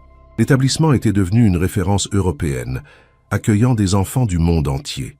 Elle-même avait acquis une reconnaissance internationale pour ses méthodes innovantes, alliant haute technicité et approche humaine. Un coup frappé à la porte, la fit lever les yeux. Sophie, maintenant infirmière chef adjointe, passa la tête dans l'entrebâillement. « Élise, ton mari est là. Il t'attend dans le hall avec une surprise. » Élise sourit. Après 2 ans de mariage, Alexandre n'avait pas perdu cette habitude touchante de lui faire des surprises. Elle rangea ses dossiers et descendit au rez-de-chaussée. Alexandre l'attendait effectivement, mais il n'était pas seul. À ses côtés se tenait une petite fille d'environ 5 ans, aux grands yeux noirs et aux cheveux de jais, vêtue d'une robe rose qui semblait toute neuve. « Élise », dit Alexandre avec un sourire ému, « je vous présente Meilin. » La petite fille regardait Élise avec une timidité touchante. Élise s'agenouilla à sa hauteur, son cœur fondant instantanément. « Bonjour Meilin », dit-elle doucement en français, puis en cambodgien, langue qu'elle avait apprise lors de leur séjour là-bas. « Je suis Élise. » Le visage de la petite fille s'illumina en entendant sa langue maternelle. « Bonjour Madame Élise », répondit-elle dans un français appliqué. Élise regarda Alexandre, les yeux brillants de larmes. « Elle vient de l'orphelinat de Siem Reap. Ses parents sont morts dans un accident. Elle n'a plus personne. » Alexandre s'agenouilla à son tour. « Les sœurs pensent qu'elle pourrait avoir une meilleure vie ici, avec nous. Si vous êtes d'accord. » Élise sentit son cœur exploser de bonheur. Elle avait toujours rêvé d'avoir des enfants, et même si ce n'était pas de la façon qu'elle avait imaginée, cette petite fille était un cadeau du ciel. « Bien sûr que je suis d'accord, » murmura-t-elle, en prenant les petites mains de Meilin dans les siennes. « Meilin, aimerais-tu venir vivre avec nous ?» La petite fille hocha la tête avec vigueur, puis se jeta dans les bras d'Élise. « Oui, je veux une maman et un papa. » Alexandre enlaça sa femme et leur nouvelle fille, formant ainsi leur première étreinte familiale. Autour d'eux, dans le hall de l'hôpital, le personnel s'était discrètement rassemblé et applaudissait cette scène émouvante. « Alors c'est officiel », dit Alexandre d'une voix étranglée par l'émotion. « Nous sommes une famille. » 6 mois plus tard, la villa que les Dubois avaient achetée à Saint-Cloud résonnait des rires de Meilin qui jouait dans le jardin avec Princesse, le Golden Retriever qu'Alexandre avait adopté pour faire plaisir à sa fille. Car Meilin était vraiment devenue leur fille, légalement et surtout dans leur cœur. Élise la regardait depuis la terrasse, un sourire heureux aux lèvres. L'adaptation n'avait pas toujours été facile. Meilin faisait parfois des cauchemars, parlait de ses parents biologiques avec tristesse, mais l'amour et la patience avaient fait leur œuvre. La petite fille s'épanouissait jour après jour, apprenant le français à une vitesse stupéfiante et montrant une intelligence remarquable. « Elle ressemble de plus en plus à sa maman adoptive », dit Alexandre en s'approchant d'Élise par derrière et en l'enlaçant tendrement. « Comment ça ?» demanda Élise en se blottissant contre lui. « Cette façon qu'elle a de prendre soin de ses poupées, de les soigner quand elles sont malades. Elle sera médecin, j'en suis sûr. » Élise rit. « Ou vétérinaire. Vous avez vu comment elle s'occupe de Princesse ?» Ils restèrent ainsi quelques instants, savourant le bonheur simple de regarder leur fille jouer. Puis Alexandre se tourna vers Élise, l'air mystérieux. « J'ai une nouvelle à vous annoncer. »« Encore une surprise ?» demanda Élise avec amusement. « La Fondation Dubois vient de recevoir une proposition du gouvernement français. Ils veulent que nous ouvrions un 2e hôpital pédiatrique, cette fois à Marseille. Et devinez qui ils veulent comme directrice générale du projet ?» Élise écarquilla les yeux. Moi? Mais, Alexandre, c'est énorme. Un hôpital entier à créer de zéro. Vous êtes capable de relever ce défi. Alexandre prit ses mains dans les siennes. Et puis, nous ne serons pas seuls. J'ai demandé à être personnellement impliqué dans le projet. Nous le ferons ensemble, comme toujours. Et Mayline? Marseille a d'excellentes écoles. Et puis, elle pourra voir la mer. Alexandre sourit. Qu'est-ce que vous en dites? Prête pour une nouvelle aventure? Élise regarda à nouveau leur fille, qui courait après le chien, puis l'homme qui avait changé sa vie. Avec vous deux, je suis prête à tout. 3 ans plus tard, Marseille. L'hôpital pédiatrique Méditerranée ouvrait officiellement ses portes sous un soleil éclatant de juin. Élise, maintenant âgée de 32 ans et reconnue comme l'une des directrices hospitalières les plus innovantes d'Europe, coupait le ruban inaugural aux côtés du ministre de la Santé et d'Alexandre. Dans la foule, elle aperçut Mayline, maintenant âgée de 9 ans, qui l'applaudissait fièrement aux côtés d'Emma, venue spécialement de Londres, où elle dirigeait maintenant son propre cabinet d'architecture. Sophie était là aussi, ayant accepté de la suivre à Marseille comme directrice adjointe des soins, mais la plus grande surprise fut de voir Isabelle Dubois dans l'assistance. La belle-mère d'Élise avait beaucoup évolué au fil des années. L'adoption de Mayline et le rayonnement professionnel de sa belle-fille avaient fini par la convaincre que son fils avait fait le bon choix. Elle s'était même prise d'affection pour sa petite fille adoptive, lui apprenant le piano et l'emmenant au théâtre. « Maman, papa !» cria Mayline en se précipitant vers eux une fois la cérémonie terminée. « J'ai visité le service de pédiatrie avec grand-mère Isabelle. C'est magnifique. » Élise prit sa fille dans ses bras, son cœur débordant de bonheur. « Ça te plaît? C'est le plus bel hôpital du monde. Et les infirmières m'ont dit que quand je serai grande, je pourrai travailler ici avec toi. » Alexandre et Élise échangèrent un regard complice. Leur fille rêvait déjà de suivre les traces de sa mère adoptive. Le soir, ils organisèrent une réception sur la terrasse de leur nouvelle maison, une villa provençale avec vue sur la Méditerranée. Tous leurs proches étaient là, ainsi que l'équipe de l'hôpital et des personnalités locales. Alors que la soirée battait son plein, Alexandre prit Élise à l'écart sur la terrasse face à la mer. « Alors, madame la directrice, dit-il en l'enlaçant, comment vous sentez-vous » « Comblée, répondit Élise comme elle l'avait fait le jour de leur mariage. « Nous avons créé quelque chose de beau, Alexandre. Cet hôpital va sauver tant de vies. Nous avons créé bien plus que ça. » Alexandre caressa sa joue. « Nous avons créé une famille, un héritage, un avenir. » Il marqua une pause. « Et nous ne faisons que commencer. Que voulez-vous dire » Alexandre sourit mystérieusement. « J'ai peut-être une petite nouvelle à vous annoncer. »« Alexandre, » protesta Élise en riant, « vos surprises vont finir par me tuer. Celle-ci, vous allez l'adorer. » Il prit ses mains. « Comment vous sentiriez-vous à l'idée d'avoir un petit frère ou une petite sœur pour Mayline ?» Élise écarquilla les yeux. « Vous parlez d'adoption ?»« En quelque sorte. » Alexandre sourit plus largement. « Je parle de vous, Élise. De nous. De ce petit miracle qui grandit en vous depuis 2 mois. » Élise le regarda abasourdie. « Comment le savez-vous ?»« Votre médecin a appelé ce matin.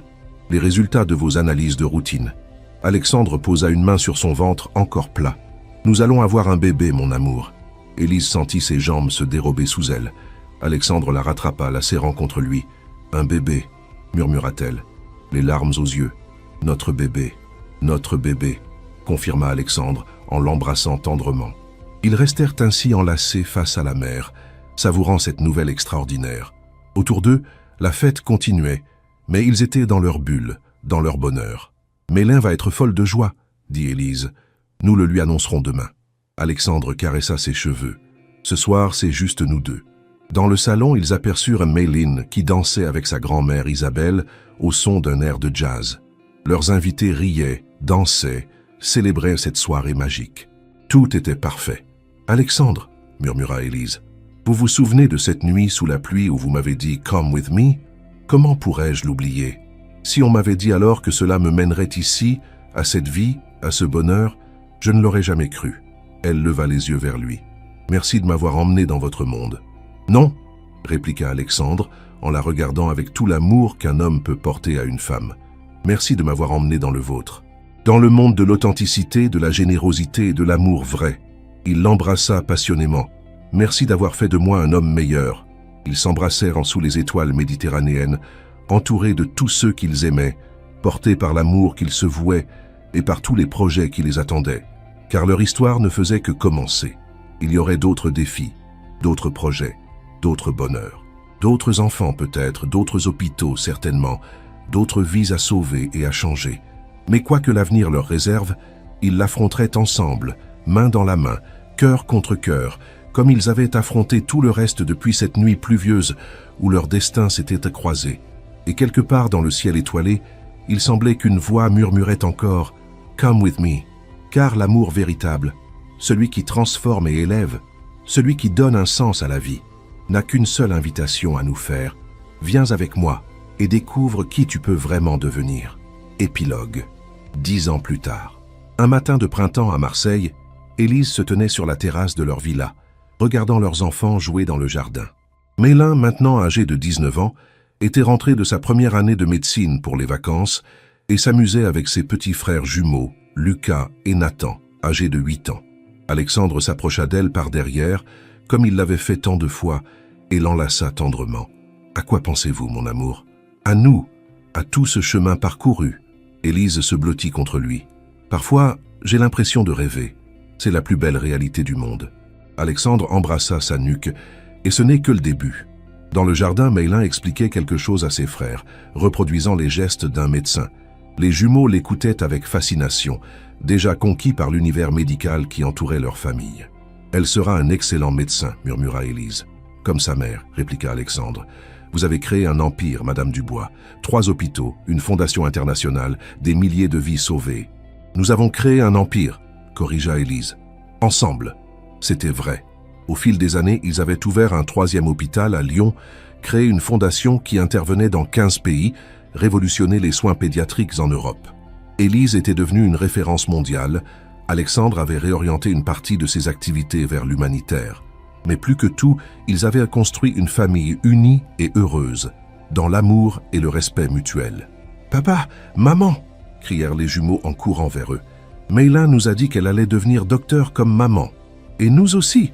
ajouta Nathan, le plus jeune de quelques minutes. « Nous serons tous docteurs !» renchérit Lucas. Élise et Alexandre éclatèrent de rire. Leur fils avait hérité de la détermination de leur mère et de l'ambition de leur père. « Il faudra d'abord bien travailler à l'école, » dit Élise en les prenant dans ses bras. « Comme Mélin » demanda Nathan. « Comme Mélin. » Plus tard dans la soirée, après avoir couché les jumeaux et vu Mélin partir retrouver ses amis, Élise et Alexandre se retrouvèrent seuls sur leur terrasse, face à la mer. « Alexandre, » dit soudain Élise, « j'ai quelque chose à vous dire. »« Une bonne ou une mauvaise nouvelle ?» demanda-t-il en la regardant avec attention. « Une merveilleuse nouvelle. » Élise sourit mystérieusement. « À mon tour de vous faire une surprise. »« Élise, ça je suis enceinte, » annonça-t-elle simplement. Alexandre la regarda stupéfait, puis un sourire immense illumina son visage. « Encore ? À 42 ans ? » ?»« Encore, » confirma Élise en riant. « Apparemment, nous ne sommes pas au bout de nos surprises. » Alexandre la souleva dans ses bras et la fit tournoyer, tous deux riant comme des enfants. « Un 4e bébé, » murmura-t-il en la reposant. « Notre famille s'agrandit encore. »« Qu'est-ce que vous en pensez ?»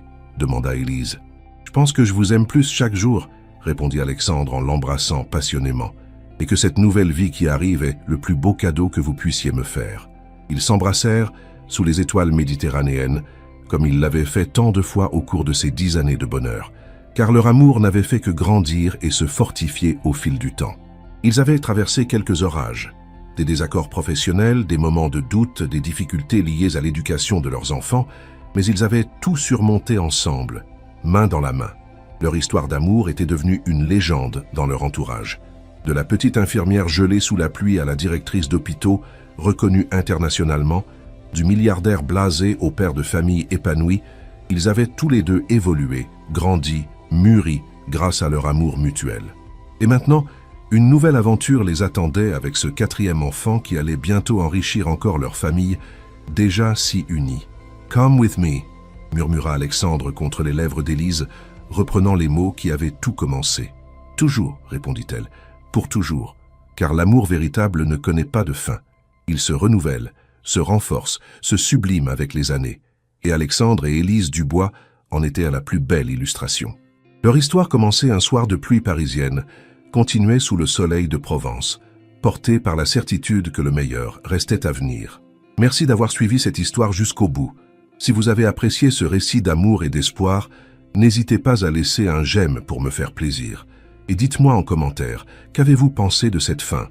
Étiez-vous satisfait de voir Élise et Alexandre construire une si belle famille et réaliser leurs rêves ensemble? Eh,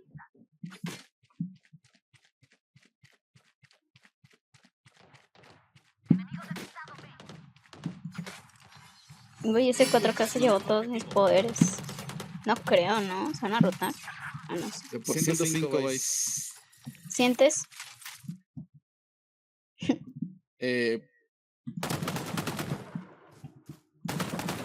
Puta madre. ¿Tres amigos están aquí los tres? Buena. Un enemigo sigue en pie. ¡Qué buena bola! Ese está abajo. Sí, abajo izquierda, si no me equivoco, Buena. ahí en lejos del vato. Ya me iba a rotar yo, güey. Pinche, vais, puto. Bow coach. Será, Pero será, sí. te lo prometo que será, güey, pega. Pero si tú sí sabes jugar, show. Te lo prometo, te lo puedo prometer. No. ¿Qué crees que me tomé hoy, Saturni? N. Un Starbucks. Ah. Un Starbucks.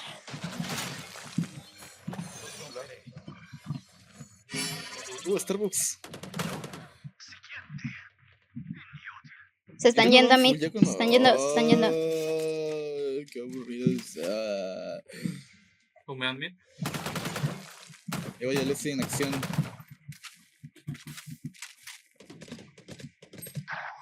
Wow, 120 la reina está curando. Me van a piquear, güey.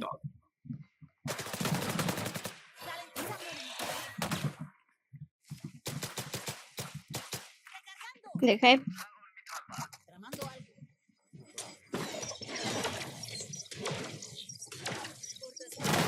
Es que Un no. enemigo sigue en pie. Bueno, ¿Qué pasa, Sok? un Starbucks. Es que se burla de mí porque digo Starbucks. Starbucks. ¿Cómo? ¿Por qué te burlabas de mí? Ah, sí, eso. Porque digo Starbucks. Starbucks. Starbucks. Viene aquí en la frontera, lo hicimos tan mamón.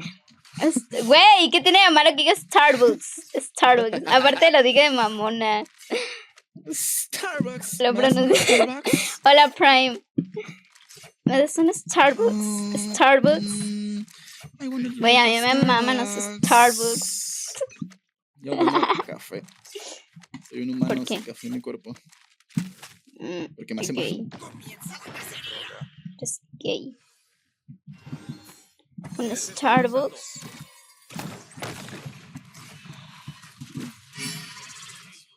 Ahora sí van full, güey. Dentro de puta, güey, los odio, güey. 34 club. 34 club. Los odio. A ver si te lo haces, güey. Tienes ulti. Oh, esa ulti estaba perro caleada. Callada, sí. Va a meter una ulti acá medio chueca. No, de Mind, güey.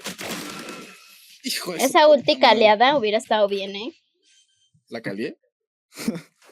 ¿Así? No te escuché. La calié, pero bueno. ¿Qué diría Bastián? Dejo la view. Dale, Shago. ¿Cómo estás, Prime? Un Sock. día a la Te molesto con vez. una bandal. Te molesto con una bandal. Necesito un drop. Ni modo, Sock. Es que esta está preciosísima y de unos taps tremendos. Muy bonito esta skin. Ujú. Muy Literal bonito. esperé para que fuera mi primera skin.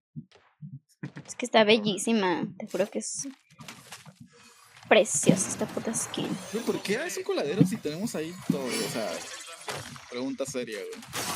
No mames, güey. No, me Sok, culero. ven, Sok, ven. ¡Ay, cabrón! Me pegué en el codo. Que voy a entrar. Ah. Toma, bot. Qué buena, Sock.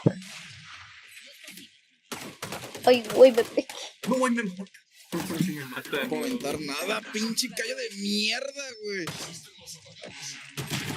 Ay, Pinche nete. callo de mierda, güey. Nete.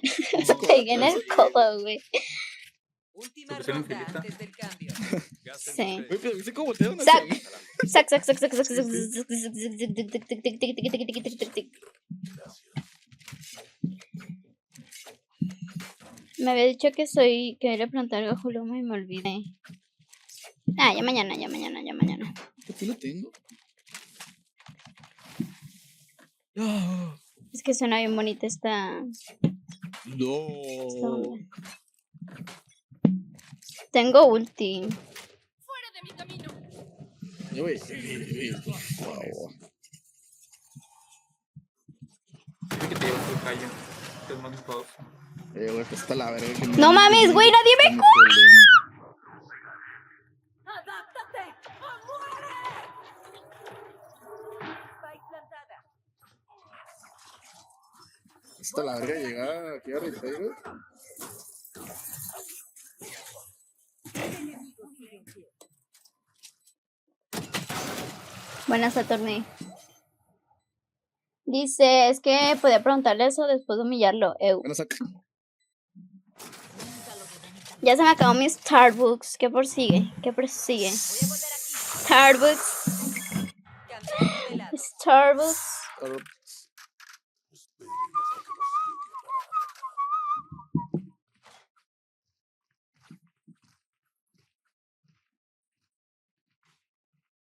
Otro, pero ya no está abierto. Enemigos abusados 4, güey.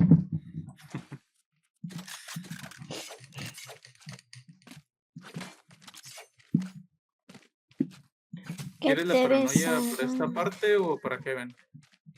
Heaven Me me la gusta guardo más, para amigo, otro. porque Heaven, porque me voy a meter acá como si fuera un pinche culo, güey. Le van a meter todo el chiquis. Te pongo humo igual, ¿no? En Heaven. Oh, Dios, hijo. Ese cuchillo nos acaba de joder la vida, ¿eh? Wow. Obviamente. Ujú. Está Está derecha. El callo estaba Ahí se derecha. me saca. No. No, Ay, pues bueno. el otro humo, vamos. güey. Va, date. Puta madre, güey. Mamaste. Uno, güey. Y tengo mi humo mal puesto, güey. Lo que le fallé, güey. No tiene nombre. 26 turnos. Está bueno. Último jugador en pie. Están aquí los dos. Spike caído en A. Un enemigo sigue en pie. Back. Toma. Buena. Buena. Que nadie esté jugando en Heaven, ¿qué, güey? Está raro, ¿eh? Oye, nadie eso. Ay, ¿te sale que diste a alguien, güey? Al menos al callo que No, está no. abajo, a lo mejor. No, ni se desplazaron ni nada. No, hay si fueron a Heaven, backside. güey. A ver. A mí se me fue el clip, güey. El click y se me fue el humo hasta acá, güey. Vamos con el cuchillo, con el cuchillo. Soñé contigo. Vamos con el cuchillo, güey. No, sin romperlo, sin romperlo. Ah, bueno, ya nos avisa este güey que estamos aquí. Ah, estás bien pata, Bridge. Y juegan el humo ahora, güey. Sí, convenía más ir a B porque es seco y aquí nos pueden esperar con Classic. Ya que sale el humo, güey. ¿Me metías una paranoia así? Sí. Puta Ahí va. madre, güey. No, te va a alcanzar, me parece. No, sí me alcanzó, pero no había nadie. No, pero no. No, arriba. No tiene arma. Una casi. No está a la izquierda, ¿no? Si no supiera Un nada, enemigo sigue en pie. que cuál era mi nombre y temblaba. Y yo le dije Yandel. Si me permiten, iré primero. Para mí es un placer conocerte. Prosigue otro. Buenas, volví, apenas me levanté. Hola Juan, ¿cómo estás? Porque un desaparecer no funciona conmigo porque eres mod.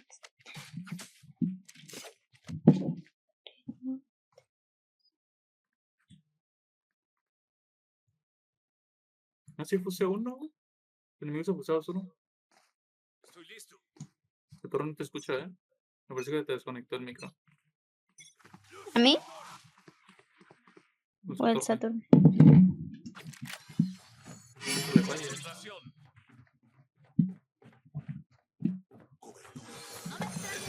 Márcame donde quede la paranoia. Metí. ¿Había uno más en humo? No sé si había uno más en humo. Tiro en el lomo, en el lomo. Sí.